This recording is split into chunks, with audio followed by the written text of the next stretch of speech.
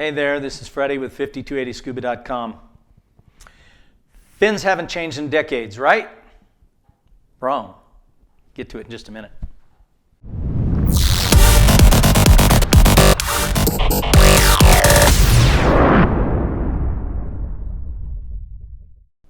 The way fins are made today makes a big difference when you travel. With all the weight restrictions we have and the size restrictions we have, it makes a big difference. The days of yesteryear when a pair of fins could weigh almost 10 pounds, that's over. That's done. You can't put that in your luggage and carry anything else these days. So they're making them a lot lighter with the composite materials. Their design is to get the maximized thrust with a shorter fin as well now, so they fit in your luggage a little bit better. There are actually fins now that come apart, that at the hinges you can unscrew the blade from the foot pocket. It's kind of nice because if you want to use a different blade for snorkeling, free diving, scuba diving, you can keep the foot pocket that fits you the best and you can add a different blade. So let's start with the tip.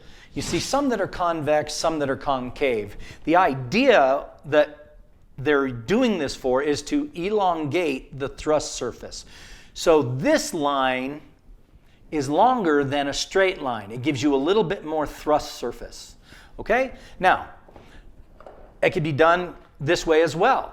You've channeled the water to this surface, and this is a little bit longer than if it was just in a straight line. They've also engineered how the water comes off the end of the fin. So before I get to the split fin, I'm going to talk about these little guides. When this is in a chamber and they're testing it and they're running water over it and they have like colored dye in it, and you can see what happens to the water when it comes off the fin. The old-fashioned fins, they didn't care. So what happened is all the water just kind of went together and then it would just swirl. Yes, you had some thrust, but it just wasn't as effective. If you can take this fin and you know when your foot scoops the water, it's going to channel, with this blade, it's going to channel the water to the outer edge. With this blade, it's going to keep it towards the middle. With this, it's going to keep it alongside on the inside. So you're going to get a more even thrust of water coming off the end. Understanding that will help you understand the split fin. The split fin was designed, and probably the biggest revolutionary change in fins, and what it did was it increased your surface of thrust area. So where most fins have this surface area only, this fin now has 5 times the thrust surface as any other regular fin. So when you scoop the water, what happens is it scoops, and as you're kicking, these very large side bolsters channel a lot of water across the top of this fin. Now you'll notice these little guides, they're different. This fin channeled them to the outside, in the middle, and it just spread out the thrust. This is trying to channel the thrust towards the inner blades and then off the end of the fin. So there are ridges that guide the water straight out, but then all of these kind of turn towards the middle. And that's when you scoop water, you scoop a lot of water and you're throwing it right off. It was designed like a seal's flipper. And the technology is called nature's wings on these. So they have to be stamped on there when they have a split fin. When you try a split fin for the first time, it almost feels like it doesn't work because they're about 60% more efficient than a regular fin. So when you kick them, they kick very easy, and you don't really feel like you're getting a lot of thrust because it is so easy to kick. But in reality, you're moving, cruising right through the water.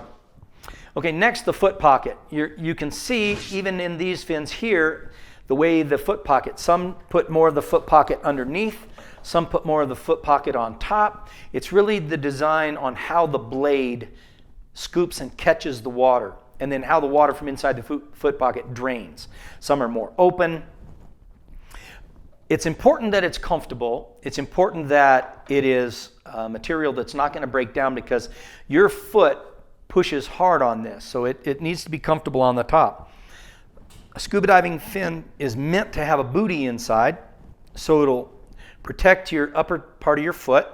It'll also fill up some of the volume in here, and then if any sand or anything gets in there, it'll protect your foot. very important about the foot pocket is the bottom. If you had fins in the past, most likely underneath here, they were very flexible, almost like rubber. You could bend it. No good. Not really. Not for scuba diving, and here's why. Your foot fits inside the foot pocket, and if that's real floppy, when you bend the fin to get some thrust, just absorbs the energy and it doesn't transfer the energy out to the end of the fin. But if this is very stiff, right? I mean, that's nice and hard. That transfers the energy to the end of the fin. Your foot fits inside and all the energy goes out to the edge and the outside of the fin. Also, replaceable buckles and straps is an important feature these days, because with a full foot fin, if you split the sides, throw the fin away, you're done. With an open heel fin, if you have replaceable buckles and replaceable straps, if you were to tear it, cut it, or something, you can just buy another one cheap and your fin is still in good shape. Some of them even have a special kind of strap, stainless steel spring, and what this is meant to do is once you adjust it to your foot, it stays that way forever. You can't even change it on the fly. And it just stretches and holds right under your heel with the proper tension, and it's fully adjustable by you. Another part of the strap that most people don't realize, most people wear their fin too tight. They crank it in there because they think that's going to hold it in there nice and tight, and that can restrict the blood flow in the heel. You can get cramps. So let's talk a little bit now about fit, because that is a key part. When people wear their fin too tight, it pushes it inside. You can get cramped toes, all that kind of stuff. If it fits you properly, the pivot point of the fin should be in the center of your ankle, within about 1/2 inch to either side. Okay? So a perfectly fitting fin would be the center of your ankle at the pivot point. Why? If the fin were too small, it would be out on the outside edge of your foot. It would fit, on the outer edge. So you would use your shin muscles to propel that fin, not your calf muscles. If the fin were too large and your foot was too far in, you'd be using your calf muscles and not your shin muscles. And that's how a lot of people cramp up with fins, because they fit poorly. But if it's balanced, if the pivot point is in the center of your ankle or very close to it, then you're going to use a balance of both muscles. And that's going to make a huge difference in your comfort. The strap, I usually tell people it should slide up and down on the back, not loosely. Semi-snugly would be ideal. You want it to slide up and down so you can move it easy. Once you get the fin set, the strap set, you don't have to adjust this every time. You don't have to pop your buckle off. All you have to do is take the back strap, put your finger in it, and just pop it off or pop it on. And that's the way to do it. It's very simple on a ladder when you're on a boat also to reach back. Don't try to fiddle with the buckle. You might even drop your fin by accident.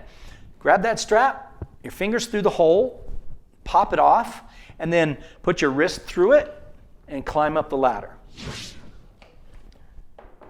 So to summarize, in the order of priority, I think the fit is the most important part of your buying decision. If it's not comfortable, you're not going to want to use it. If it doesn't fit you right, it's not going to work right.